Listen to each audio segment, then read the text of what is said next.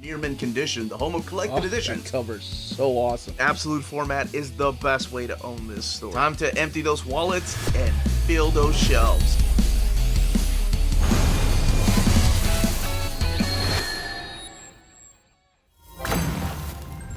How's it going, all you minties? Uncanny Omar here from Near Mint Condition, the home of collected editions. And join me today for my overview of the Hellblazer by Jamie Delano Omnibus, Volume 1 from DC Comics. So let's go ahead and get started.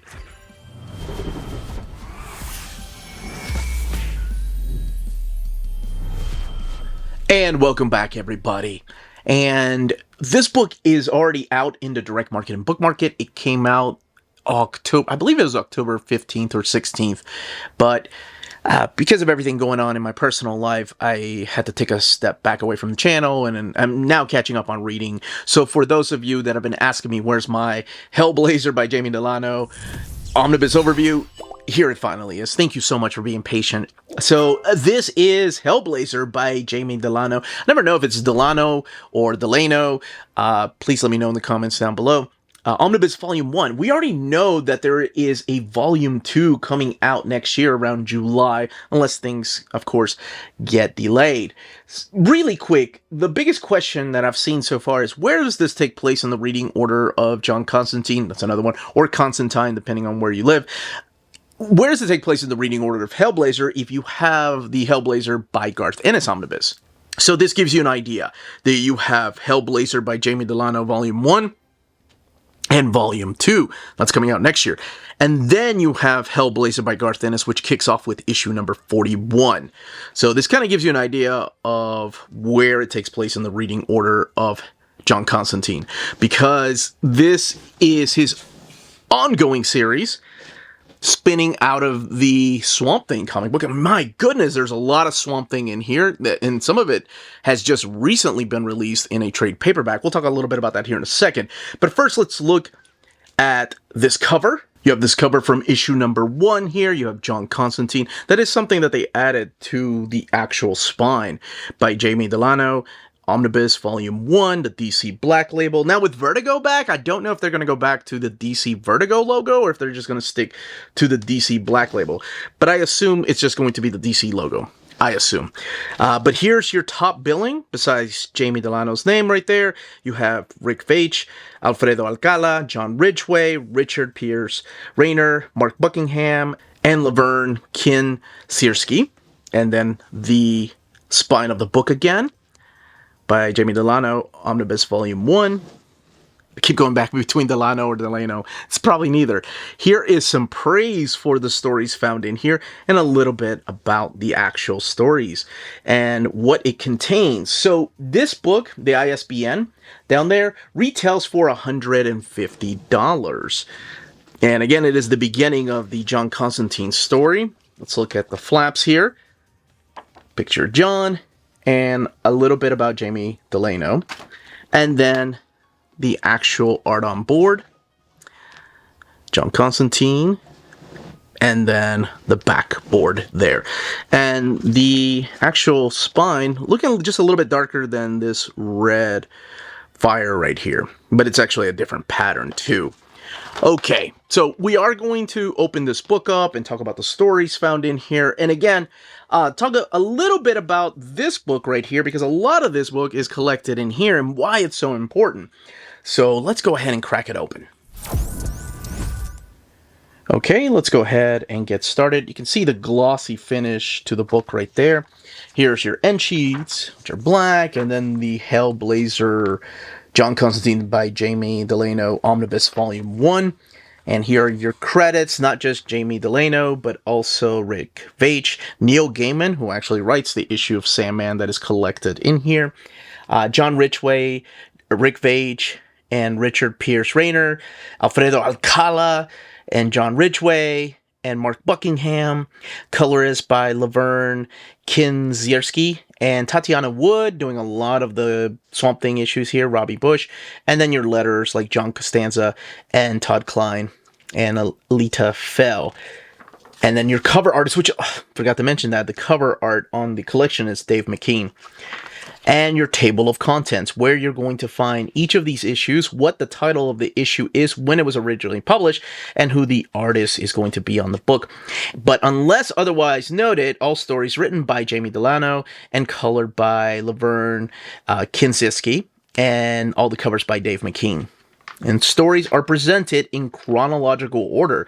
So that's something that you'll notice here, because we are going to jump back and forth between John Constantine Hellblazer and the Swamp Thing issues that are collected in here. So we're going to go from May of 1988 back to October of 1987.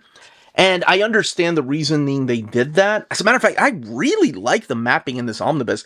That issue of Sandman is in the middle of a comic book. So if you look right here, where it's Dream a Little Dream from Sandman number 3, it is in the middle of the issue of John Constantine Hellblazer issue number 19. I don't see a lot of omnis doing that. I think there was a lot of thought and care that went into mapping this book. However, it can be a little spoilery when you're reading Swamp Thing, and I'll explain why here in a few. You have your forward here by none other than Garth Ennis thanking Jamie Delano for one line in particular in his script that kind of opened his world up to the world of Hellblazer, because he took over the run with issue number 41 after Jamie Delano left. And you do have the introduction here by Jamie Delano. By the way, this is mature theme. I don't know if people knew that or not. But just in case, a lot of it is due to the violence and language, and there's some sexual content in here.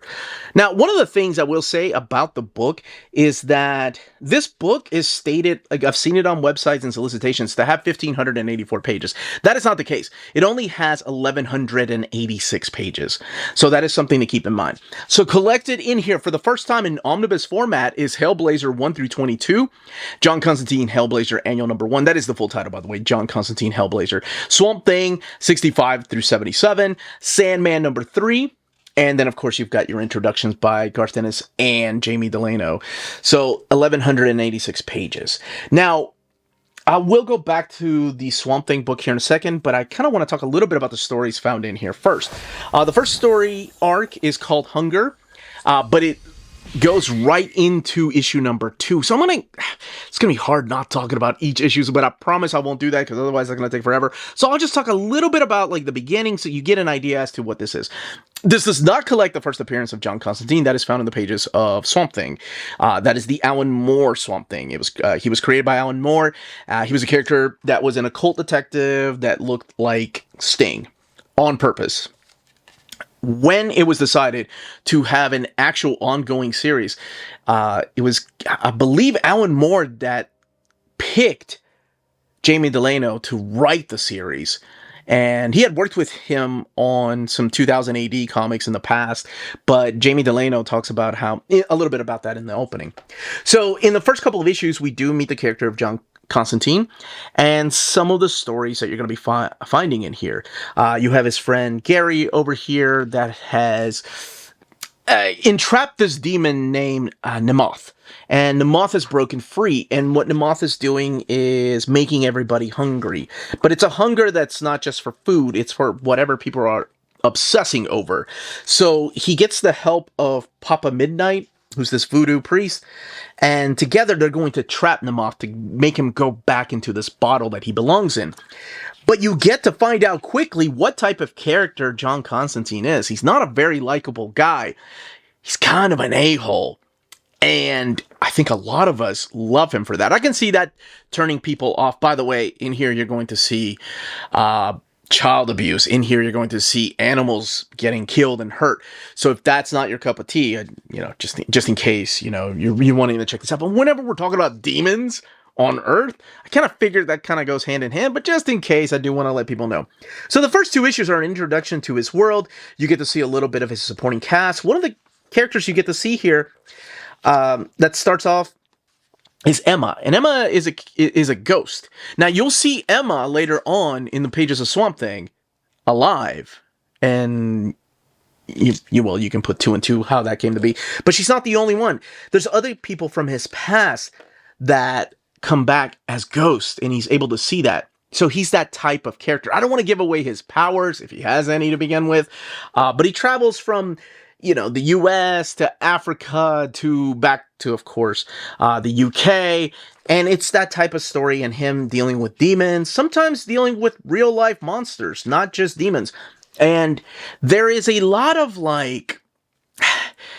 social and political commentary. And keep in mind, these are the stories from the 80s, like 1987, 1988.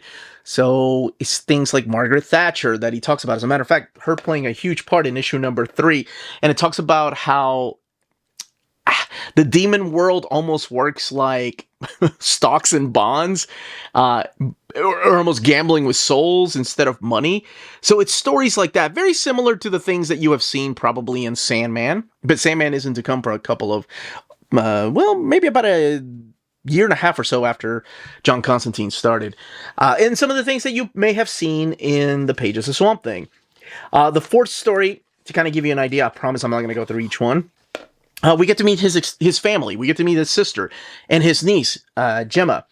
He goes on a date with Zed. So what happens is Gemma is lured by these 3 girls to come back with them to marry this guy. So, I mean, it is a story about pedophilia. So real monsters in the real world, not just demons. Of course, a lot of them are worshiping demons, but we're also introduced to the concept of this new society that he has to deal with, that his sister is a part of.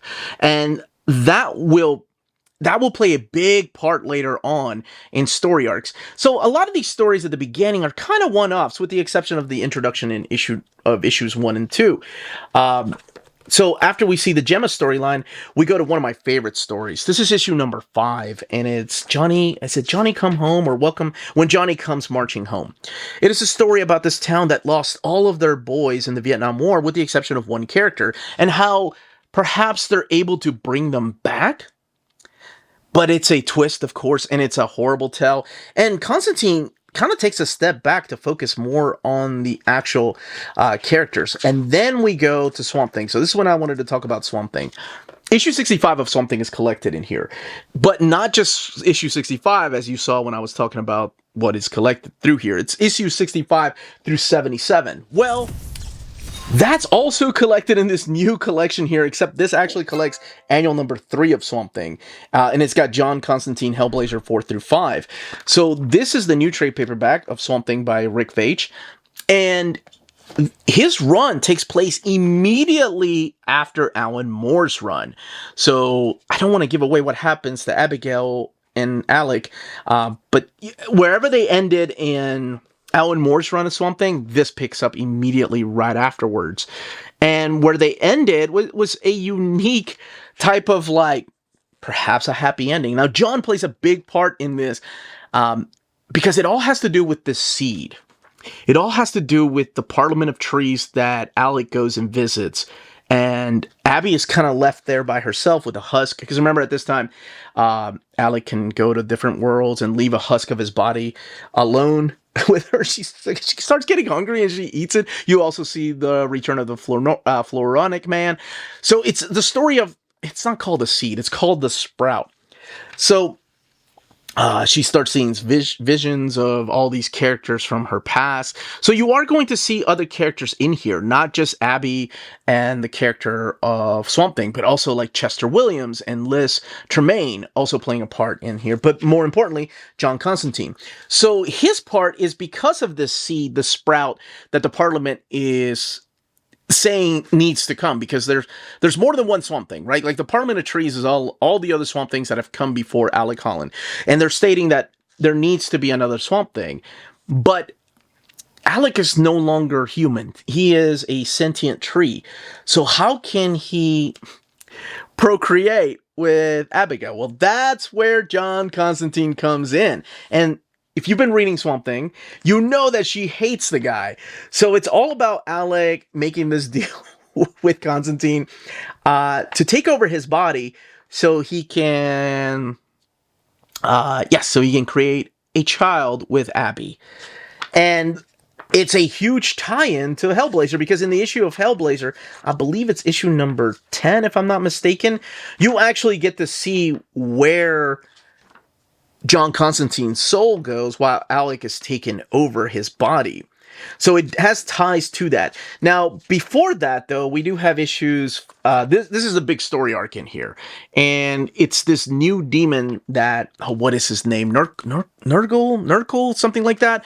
That will become a thorn on the side of Hellblazer or John Constantine's stories towards the very beginning.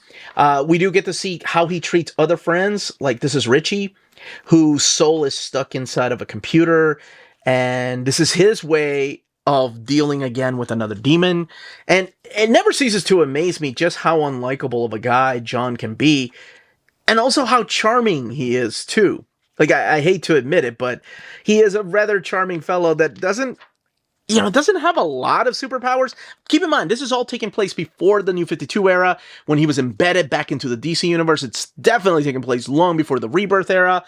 And I don't know if I'm alone here, but this is my John Constantine. I love this era of John Constantine.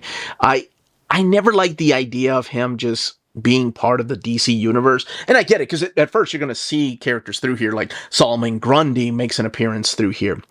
But eventually you do get the return of Zed, and you see that society, what are they called? The Resurrection Crusade, and they play a bigger part in this story arc here. This is where John goes out in hiding. Because he's accused of murder. So he ends up like joining this cult that's like a hippie-ish type of cult. But their whole goal is to resurrect God, or their version of God. And it all has to do with this creepy demon. And it all has to do with the character of Zed that he went on a date with. And there's some horrible imagery through here.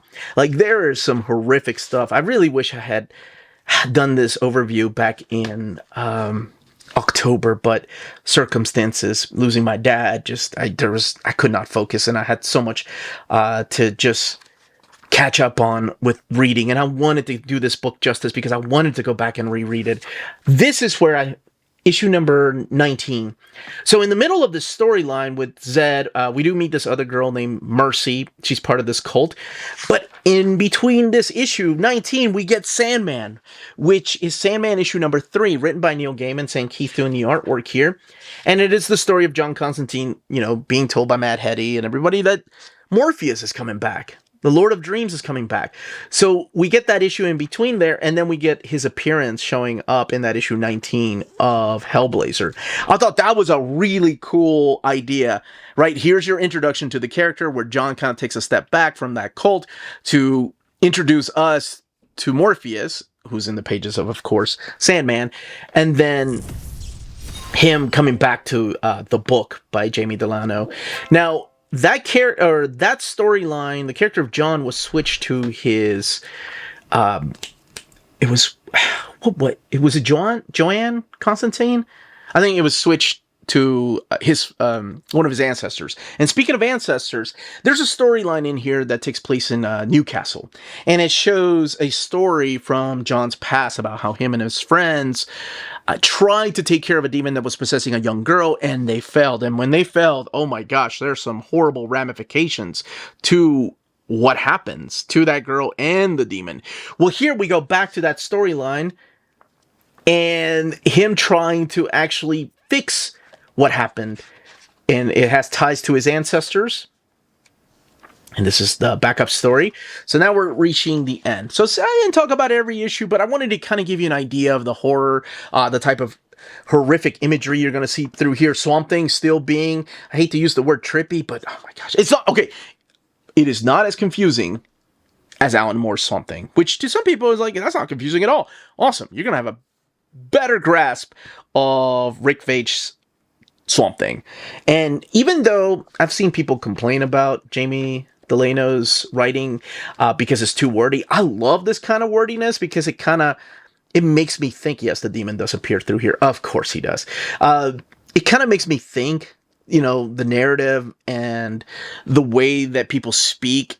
Like, I don't think real people spoke like that. And I think that's what I find so charming about Delano's run. It can be wordy, but I like this wordiness. It's wordiness for the sake of actually telling the story and moving forward, not getting paid by the word, if that makes sense. So in the back, you do see the original pitch for Hellraiser are a I-S-E-R by Jamie Delano. And you can see why they couldn't call it that at the very beginning in the introduction. So you see the original pitch of what the series was going to be about. And I think this is of course, this is the jumping on point. You see original art for the character of Hellblazer. He's a lot different than Keanu Reeves' character in the Constantine movie. He's different than the TV show or animated adaptations. This to me is the John Constantine that I grew up with. The heavy smoker, the kind of an a-hole at times, but has a certain charm about him. So you get the who's who in here, talking about the Parliament of Trees, and then you get the trade paperback of Original Sins. So these stories have been collected before in trade paperback. And if you're thinking, wait a second, where is the actual miniseries? Where is this Horrorist 1 and 2? Because that was collected, I think it was in volume 2 or 3 of the trades. This is done in chronological order. So those issues didn't come out, I don't think, until 91? I think it was 90 or 91, so they wouldn't have happened yet. That will be in volume 2 of the Omnibus. By the way, here's another takeaway. Here's all the bios on the creators. For all the people that argued with me, or not argued, play argue. Whenever I told them, David Gabriel told me, the plural of omnibus is omnibu. I remember that was 5 or 6 years ago. And people are like, that can't be real. Well, here it is from your Garth Ennis introduction here, or your forward by Garth Ennis. You'll see the story, or that story, in the second volume of these omnibu, the plural form preferred by those of us in the know. Garth Ennis, seal of approval. That's all I will say. All right, let's look at the binding and build. 1,128 pages. It is sewn binding. I think I said 1,186, didn't I? But I corrected myself in the actual text. 1,128 pages. It is this new paper stock they've been using, the satin paper stock. So there's a little bit of bleed through in here, but not a lot. And luckily, most of these pages are really dark because, well, of the type of stories we're telling in here. So, yeah, not a lot of bleed through, just a little bit on light colors or some whites. And looking at the way the book lays over, hardly any gutter loss, really. You can see the sewn binding there. But, yeah, that's what John Constantine Hellblazer by Jamie Delano Omnibus Volume 1 is. Thanks for your patience. Sorry it took me a while. That, as they say, is that. If you're interested in purchasing this omnibus, don't forget to check out our sponsors. BD Cosmos, the Canadian leader in graphic novels. They have a physical storefront in Montreal, Quebec, and their website, bdcosmos.com, offers 25% off your order of over $99 or more, and free shipping everywhere in Canada for every order of $200 or more. Their shipping care is exceptional. Your books will stay cozy through the rough Canadian weather and arrive to you in near mint condition. After checkout, let them know Near Mint Condition sent you their way, and you'll be added to the monthly $25 gift card raffle. Entries are valid for new and returning customers. Don't be afraid to call or email them. Ask them questions. Their staff is always happy to help guide you towards the right purchase. Visit their website, bdcosmos.com, for more. BD Cosmos, with rewards and raffles taking care of customers in Canada. Eh?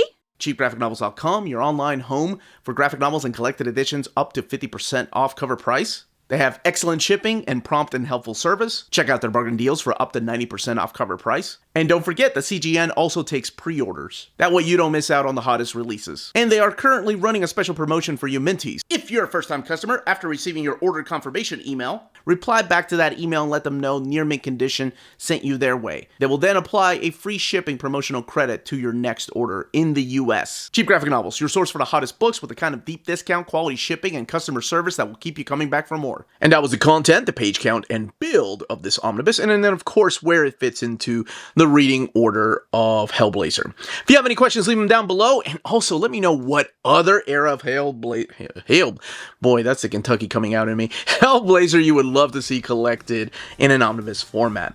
Any questions, leave them down below. Don't forget to smash that like button, subscribe, and ring that bell for notifications.